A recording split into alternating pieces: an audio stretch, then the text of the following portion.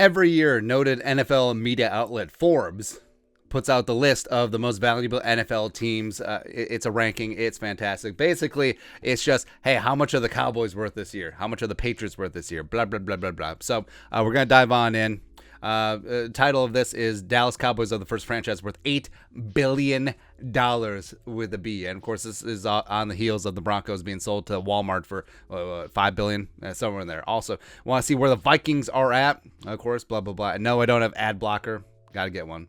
So a lot of charts and graphs, a lot of all this stuff, blah, blah, blah. And also, the funny thing is, the NFL is a private organization except for the greasy grime of Green Bay Packers. So the way that people are able to reverse engineer how much each NFL team is making from the TV deals, from the revenue sharing, etc., is because of the Packers have to disclose their financials because they're a public team, which is hilarious, man. It's funny. Just another way to blame the Packers. So valuations. Number one, Cowboys, $8 billion, a billy.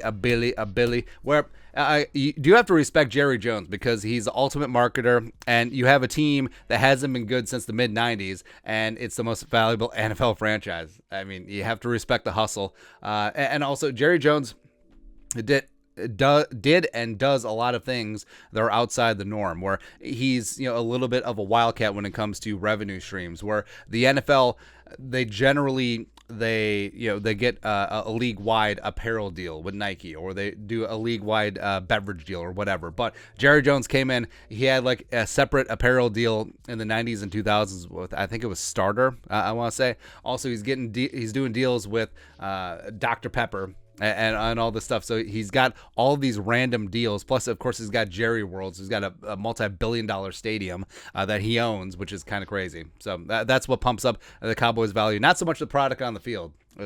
But you do have to respect it because they do make stars out of average players. I mean, Dak Prescott, if he was on the Jaguars, would be basically like subpar Kirk Cousins. He would be subpar Derek Carr. But the fact he's on the Cowboys, he's Dak. Two, Patriots, even though without Tom Brady, you still have all those Super Bowl rings. You got Gillette Stadium, all that stuff. There you go. Rams just won the Super Bowl. Plus, they got that new SoFi Stadium. I understand it. Plus, you're in the LA market, even though I don't think that the value of the LA market has been properly calibrated. Also, Austin Trammell. So they got preseason picks going on. Yeah. So I still don't know if it's sustainable to have a team in LA. There's a reason why they left and didn't come back for a number of decades. So we'll see. For the New York Football Giants, again, you could make a good case that the last decade the Giants have been the worst team in the league by far, but they're still the Giants. They still have the history. They still have the New York market, even though they're in New Jersey. Blah blah blah. Number 5.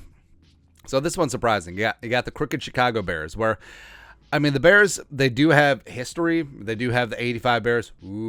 But they have a subpar football team. They're probably going to leave Soldier Field to the suburbs in Arlington. So I don't know.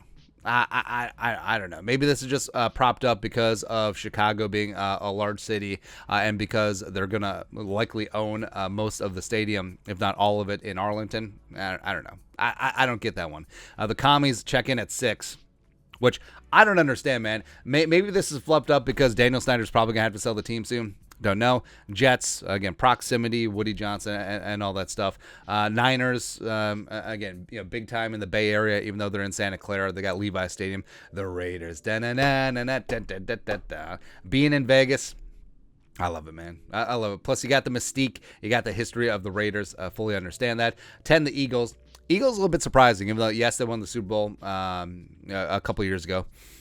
Not that I remember such things. And then they do have a good fan base, even though they're kind of annoying. Whatever. They got they got their stadium, Lurie, whatever. How are they top 10? 11, Texans. So this one's interesting. Why? I don't understand it. Is it just because they're in Texas? If you're going to play in Texas, you got to have a fiddle in the band. They got Energy Stadium, wherever the hell they're calling it nowadays. The team isn't good.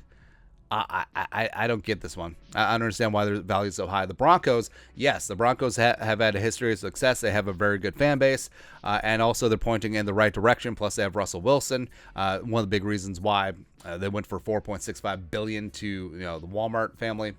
I don't know. Dolphins. The Dolphins are sort of like the Cowboys in that they're good at marketing, even though they haven't been good since the 70s. Sure. But hey, Gloria Estefan, Mark Anthony, Jennifer Lopez are minority owners with the Dolphins. I think Fergie's in with the Dolphins too. But I don't know. Stephen Ross.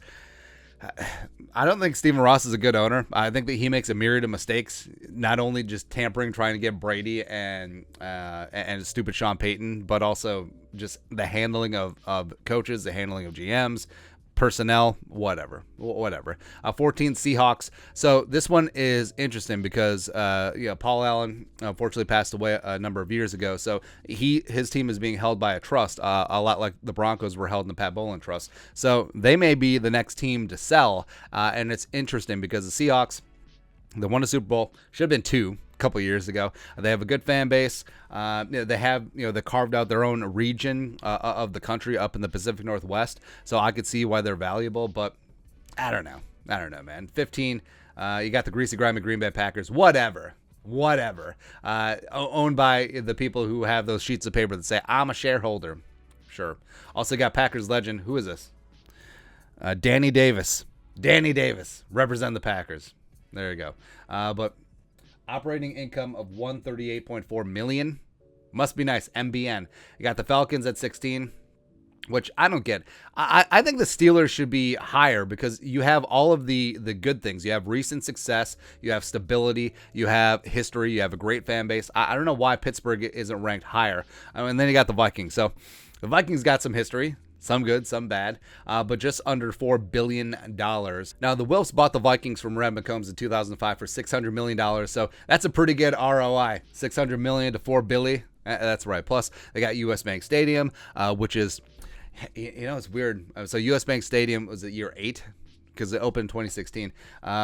It's aging out. Well, 6, 7, 8 years, whatever. We're really good at doing math. But for a fact, in about 20 years, they'll be like, hey, US Bank Stadium, it's decrepit, and we're not keeping up with the other team. So we need to build a new stadium in Arden Hills. That's what's going to happen. Mark my words, 20 years, US Bank Stadium is going to be obsolete, which is so messed up. You got the Ravens. You think that the Ravens will be higher? Whatever. Chargers at 20, sure. The Browns. So the Browns have that history. They have the stadium. They have the whatever, the Colts. You see what happens is you see a lot of teams bunched up around just under 4, and that's really what's happening here. 23 got the Chiefs. You think the Chiefs will be higher with Patrick Mahomes, the fan base, Arrowhead, as well as recent history. The Bucks or whatever. The Panthers, who were sold a couple years ago, David Tepper, not having too much good success. I mean, the Matt Rule contract, not so much. You got the Saints. Got the Tennessee Titans. You got the Jaguars. You got the Bills. And now the Bills have a great fan base, Bills Mafia. They're having some really good recent success. So you think that might be a little bit higher. But also, I mean, these numbers are just whatever until an owner actually wants to sell. And then that actually matters. So these rankings are sort of whatever. Cardinals at 30, where they're putting up Trace McSorley. Cardinals legendary quarterback Trace McSorley up on the top, although I liked him at Penn State as well as the Ravens. I kind of wanted him here with the Vikings. Lions second from last at 31, still checking in at $3.05 billion. I'll take it. And then, of course, you got the Bengals down at 32, which is weird because you got Jamar Chase, you got Joe Burrow, you got your franchise quarterback and wide receivers, you got the face of the franchise. You have a stadium which has a very unique clause, which basically they're guaranteed to have any upgrades if a certain number of teams around the league has it. So they have probably one of the most friendly leases with a municipality for a stadium in sports history. But they're sort of a cheap franchise. Like they're just now having plans for an indoor practice facility. Like their outdoor practice facility is underneath the highway. That is legit. But I know checking in at 3. I mean, so the difference between the dead last ranked most valuable team and number 5 is $2.8 billion. So the Bears almost double them up, and the Giants do double them up. So going from 4 to 32, difference between $3 billion, a billion. But again, these numbers don't really mean anything unless the owner is actually going to sell them because the revenue sharing. I mean, the revenue sharing sort of incentivizes some of these teams to be poverty, but whatever. But the Vikings at 18. I don't know. You think that they would be a little bit higher, but I have more issues with the Steelers being so low. I have more issues with the Packers being that high. I have more issues. Yeah, just wait to see how much of this value is going to be impacted once Aaron Rodgers hangs him up and goes and on Rogan, does ayahuasca, gets like 9 billion tattoos. Like, how much is this going to fall when the Packers have to play half their home games in Milwaukee? I mean, they might be 32. They might be below the Bengals, man. But also, I don't think the Bears should be up this high.